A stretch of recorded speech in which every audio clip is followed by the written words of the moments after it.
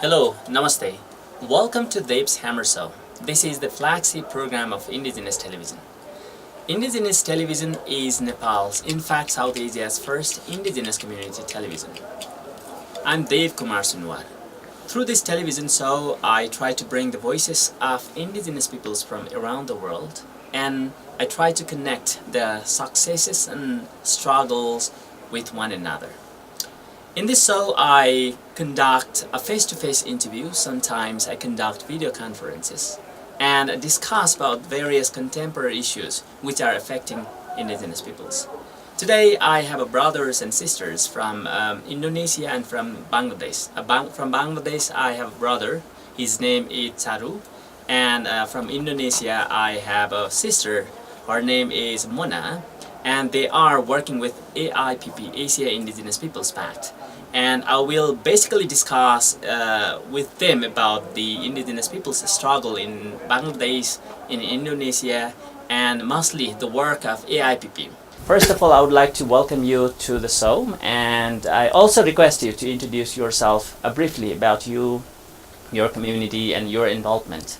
First, I would like to start from you, Charu. Thank you very much to invite here and to give the interview.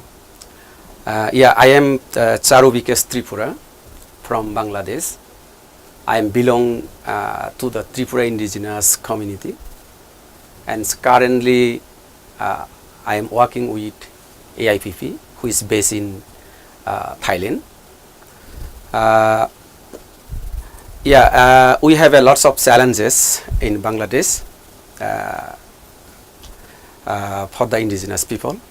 And later I can talk to you. I can discuss on it. Okay. Namaste. My name is Mona Sihombing. I'm from Indonesia, from the island of Sumatra, from the land that is known as the Toba land, Tanah Batak. I'm now working with AIPP, Asia Indigenous Peoples Pact, with the Communication Development Program. So, to start with, I have been observing Bangladesh from very close, and I have many friends in Bangladesh as well, especially indigenous friends. Okay. They basically talk about the militarizations and the encroachment of the land and so many things, right? Yeah. I want to know from your mouth that your community especially, what sort of challenges are they facing in Bangladesh? Okay, thank you very much. We the indigenous people living in Bangladesh, basically in the two part. You know, Bangladesh is the place that I stay. This is called the Chittagong Hill Tracks. Basically is hill, and then there is some other indigenous group also who lives in the plain district.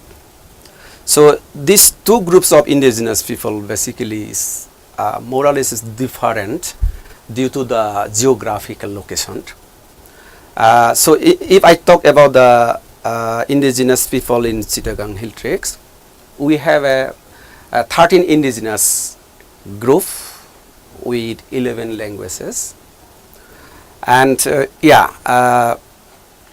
from the beginning, the difficulties, the challenges that we are facing, definitely in relation to our land, because our livelihood fully depends on our land and then territories. And I think that maybe because you are involved in the media, to some extent you may have information about the Chittagong Hill Tracks.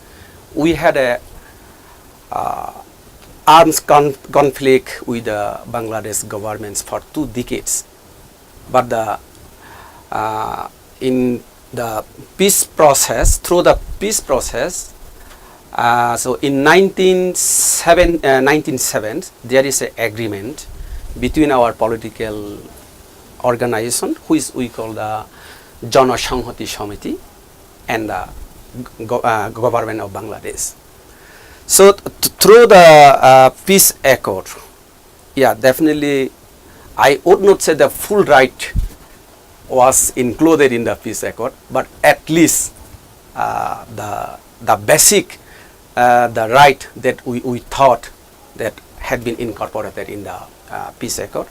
The main thing is the getting back the land that is the occupied by the non-indigenous people, and also to resettle the refugee who went to India during the armed conflict, and also the internally also we have some which we call the internal displaced people. So all those issues still remained unresolved. But there is a still discussion between our leadership and the government to implement fully the peace accord. But this peace accord, you know, that was signed in 1997, but today is 2018, almost more than 20 years, but still the major part of the peace accord is remained without implementations. So this is now the challenge, how to implement the peace accord. So this is for the indigenous people in Bangladesh. And now come about the indigenous people who lives in the Plain district. Yeah, that earlier I told is little bit difference between these two groups. In the Plain, the indigenous people, yeah, comparatively, there is very much in vulnerable position, because in terms of the population also surrounding them, there is a mainstream people. They have a very limited land resources, and so education's level is also very low compared to CST. But through the peace accord in Chittagong Hill Tracts, we have our own ministry, and so we have a regional council, and so in the 3 districts we have a hill district council. But although it still needs to work on in all the institutions for the capacity building, still all the mandate not handed over to all those institutions. And if I talk specifically for the regional council, I would say that it's still not well functioning. Yeah, as per the mandate, still they could not do very well. This is the major thing. But the thing that we have in the Chittagong Hill Tracts for the indigenous people, but all those is absent to the people who lives in the Plain district. So the main challenges right now that we see in the future for the indigenous people in Chittagong Hill Tracts, just I'll give one data to you. Because before independent Bangladesh, it was part of the Pakistan, yeah. So if I mention the census in 1951, in the Chittagong Hill Tracts, we the indigenous people 94%, and the mainstream people is only the 6%. Now after this, after 60 years, then you see they are almost the 51, and indigenous people is now 49. So this is the big challenges now to be assimilated. Yeah. So that trend of the populations, if goes like this, so just imagine the future of the Chittagong of the indigenous people in Chittagong Hill Tracts after 30 years and 40 years, what will be? Then yeah, if the trend goes like this, will be disappear. This is the main challenge. I think this is my personal viewpoints. That is the I feel. So now we have to focus on it. Our work we have to focus, and then second, definitely we have to concentrate. We have to have the advocacy work with the government, so that the peace accord that we have, it is implemented. Because if it is implemented, at least the basic rights we will have. But now between government and our leadership, they are trying together how they can find a way, but still there is lots of challenges for both parties to find the proper and right solutions. Yeah. In 2018, I had an opportunity to attend UN Permanent Forum on Indigenous Issues, and one of the sessions was intergovernmental dialogue, where I still saw that government delegates from Bangladesh and the indigenous delegates, they were kind of discussing or having debates during the UN forum as well. I want to ask you that, okay, Raja Devashish Roy, yeah, who was the member of Permanent Forum yeah, for let's say 2 terms, yeah, and there are, there are many. I mean, even there is another Bangladeshi representatives who is still working in the UN, I mean, the Secretariat as well. And I know, in my knowledge, that Bangladeshi government has not yet recognized indigenous peoples formally. Yeah. Is that so, or what is the? I mean, do you think unrecognitions or non-recognition of indigenous peoples is also a challenge? How do you see that one? This is the totally, I would say, this is the mindset of the government. They are thinking that if they recognize us as indigenous people for the long terms, that maybe it's a problem for them. So this is the mindset for them. But I don't think, if they recognize us as indigenous people, they will have a problem. They are thinking it's like that.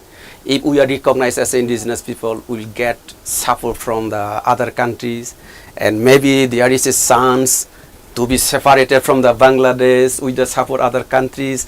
Something like this, they have a mindset. But we the indigenous people, what we think, that is not true.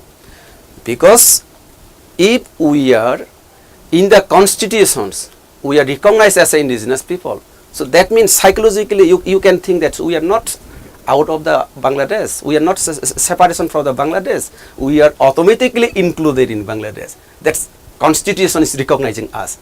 So, but its problem is that within the government also, the government is changing, people are changing, and then when people change, then their minds also become new, and this is the problem. That so still we are struggling to get recognition, so the government ratified us as indigenous people, but from the political party of the from the national political party, sometimes they comes to our forum, they attend, but they provide us the commitments that when they go to the power, and they will ratify us as indigenous people. But when they comes in the power, and then of course there is also challenge when people go to the power, then to keep their commitment. So this is the challenge also to recognize us as indigenous people. So but we are trying from our level, but we will not stop our struggling, our movement, until it is recognized as indigenous people. So now I would like to turn to Mona, another sister. Comparatively in South Asia, Bangladesh, Nepal, I mean, indigenous peoples are united, right, out of 8 South Asian countries. But if we look at Asian indigenous peoples movement, Philippines and Indonesia, they come to the front. I mean, they are the what you call the lesson learner, right? I mean, role model for indigenous peoples from this another part. And I want to know about the indigenous people's struggle or their successes in Indonesia. How do you observe? Well, even until now, the last thing that I heard is that we're still, the government doesn't recognize indigenous peoples, doesn't legally recognize indigenous peoples yet.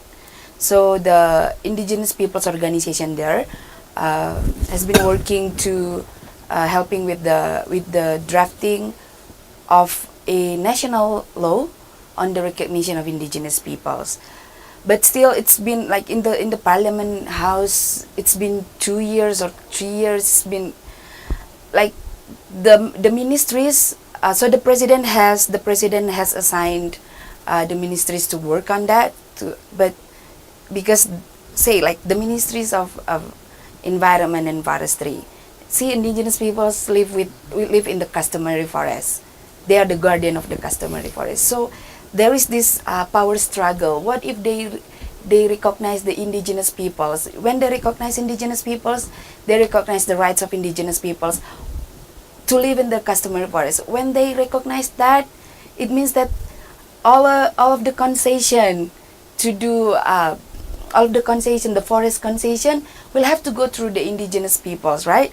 So we'll have to go through indigenous peoples. They have to consult the indigenous people. They have to get the consent from indigenous peoples. While for how many decades, they only need to get the permission from the ministry. So there is these struggles, but yeah, indigenous peoples in Indonesia, that's the thing. I think there's the similarity that I also observe from here, this television. You have the motivation. Indigenous peoples have the motivation to work on, to work for their, to fight for their own rights. Here in this television, I see you are trying to make the voice louder. For them, they fight for themselves.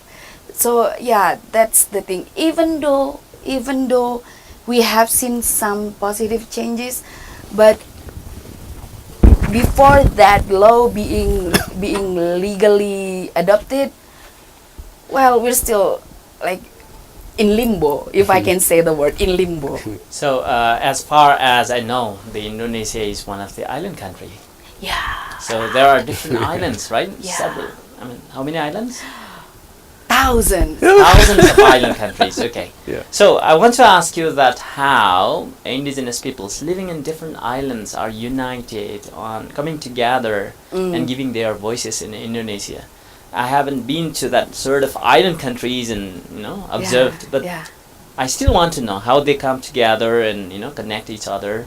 Well, I think I have to give credit. We have to give credit to an organization named Aliansi Masyarakat Adat Nusantara AMAN, or Indigenous Peoples Alliance of the Archipelago, which is AMAN is actually one of the members of AIPP, and I used to work with AMAN before work with AIPP. So AMAN structure is that they are the only indigenous peoples organization, I believe, in the world whose members are community, not individuals. So they with structure from national to regional, like provincial, regional, and then to district level, local level, and then they mobilize, they connect with the communities.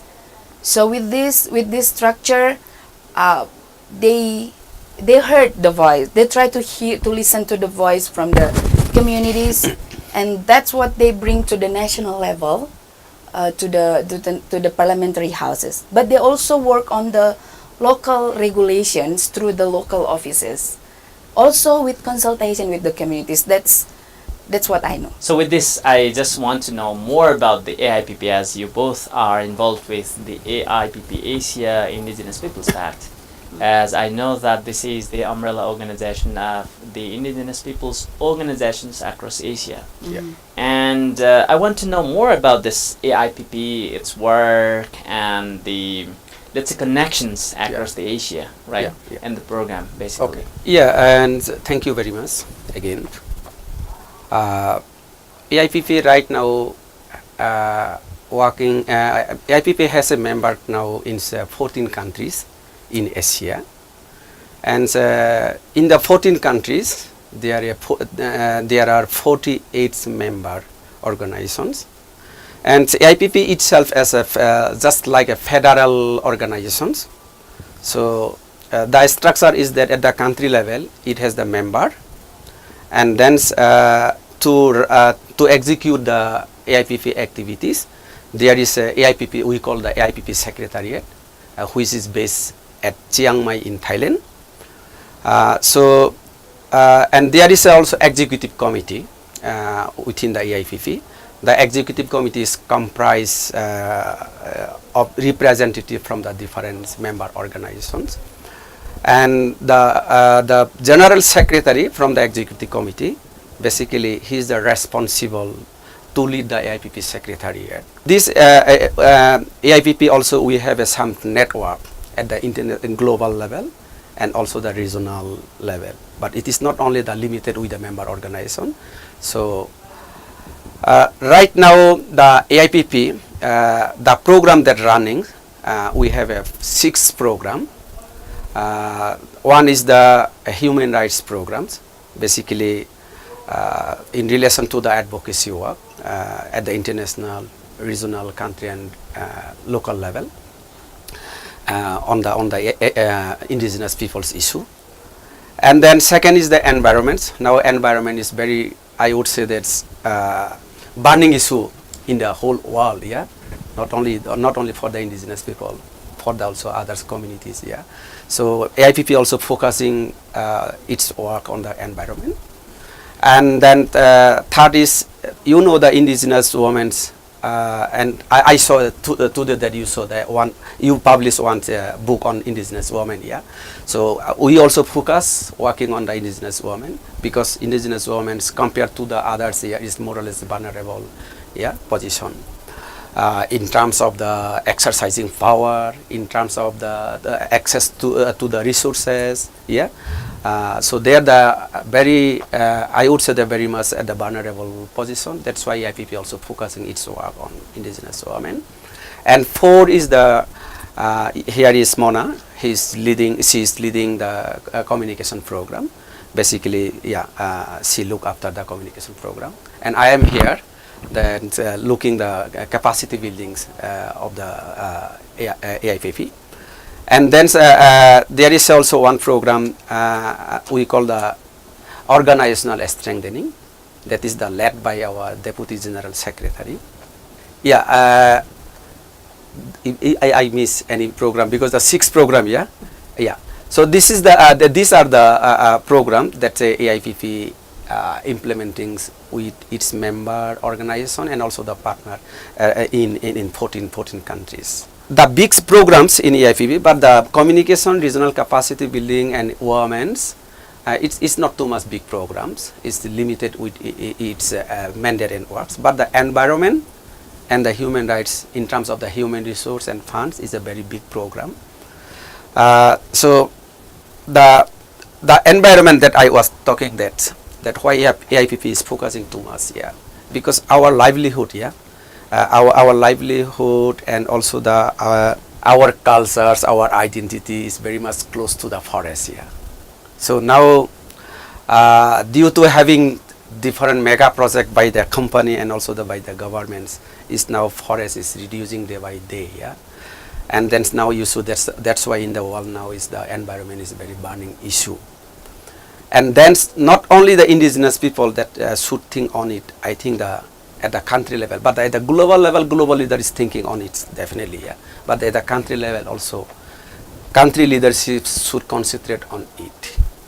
But they, when the issue comes to talk about the indigenous people, they see always from the viewpoint of negative. But I would say that for the sake of the mainstream people also, they should protect the right of indigenous people, because in the world indigenous people is closely connected with the forest, because their livelihood is fully depends on the forest. So indigenous people knows very well, they knows the methodology how to protect the forest, how to harmonize their livelihood with the forest. But you see, non-indigenous people, they are not well habituated with all those things. They are greedy to extract the resources. But at the same time, they don't know that they are also destroying themselves. They are thinking that they are they are taking the resources from the indigenous people, destroying the forests. That they thought that the indigenous people will be will have a difficulties in their life. But they don't know at the same time that they are also destroying their lives. Because we have to, if we think that as a unique, the whole global, yeah. So if the problem is for me, definitely it will also affect to others. So we are connected to each other, yeah. If the non-indigenous people think that in this planet they can live only, but they are not others, that's their wrong, not to the indigenous people. So I would say, recognizing indigenous people as indigenous people, protecting the resources, territory for the indigenous people, not only for the indigenous people, for their sake, for their interest, for their life, for their future, also they should think. So on this issue, somehow our leaderships, people who are working, we should convince them, we should make understood on this thing. But it will take time. But sometimes they understand, but some they don't understand. But for their interest, they also need to understand. Just as example you need, because we are part of the nature. They have to think, yeah. So we are the part of the nature. So if they destroy the forest, then if there is a natural disaster happens, the impact will not come only to the indigenous people. At the same time, the impact will go to them. So from now on, at the country level, not only all at the global level, at the country level, they have to think on it. Not having seen the issue of indigenous people from the viewpoint of negative. Sometimes they need to think positively. So this is the I would say. So you, the people that's working in the media sectors, you are the right channel to disseminate all those messages to the state mechanisms, people who are in the power structures, to make them understood all those things. Not this is the only for the sake of indigenous people. This is also for the sake of the government, for the non-indigenous people, for everyone. So I would say that that our indigenous people is now involved, especially in the Nepal, in the media. This is the very encouraging, which we don't have we cannot imagine in Bangladesh. Yeah, thank you very much to ask these questions to me. So I want I guess this is your first time in Nepal, and you have interacted. You had an opportunity to interact with some of the indigenous peoples and at least visit some area, but not far, but out of Kathmandu Valley or within the valley itself. I want to ask you, what is your observations? How you find, is there any difference between the indigenous people's struggle, their work in the Asia or your part of the world and here? One of my, well, I have several lessons that I learned from my visits to Nepal this time, but the highlight would be how the indigenous peoples here understand the value of media. So that's why I've met a lot of indigenous journalists through Vonich, and also here, and we visited a community radio yesterday. So in this context, I think Nepal is really a leading example when it comes to voicing your own concerns. Even though the surrounding, the media environment in your country, the government do not really show any support for that. But I think, indigenous peoples here kind of creative to make the most out of things that you see here, right? So this is the thing that I hope I can share to my visits to other places later on. I hope I have the chances though. But I hope they can also understand. Some of the countries do, but I hope all the countries do understand the power of communication channels in the campaign of fighting for our rights. Yeah. So we have come to almost at the end of the show, and I would like to give you an opportunity at last to give one-line message. One-line message, if you have to give to the indigenous peoples around the world or in Asia. Yeah, so we have to be unified for our struggle. We should connect each other. We should share our views, the methodology, the way of our struggle, and then our support, to extend to each other. Otherwise, day by day, then indigenous people will be powerless in the world. And if we are not unified with our resources, with our techniques, with our knowledge, then because we know that the non-indigenous people is the very much greedy to extract the resources of indigenous people. So one day, all the resources of that indigenous people now have will be finished. Then that means that our lives will be more in danger situation. So this message I will convey around the world. I have a opportunity to visit. Nothing about us is without us. So never stop voicing your rights. That's what I want. Thank you so much, Brother Charu and Mona, for your time and esteemed thoughts. And thank you very much. Thank you so much. So I have come to the end of the show. If you have any queries, feedbacks, you can reach me at indigenoustelevision@gmail.com. Next week I will come with a new guest to discuss new issues. Till then, have a great weekend. Bye-bye.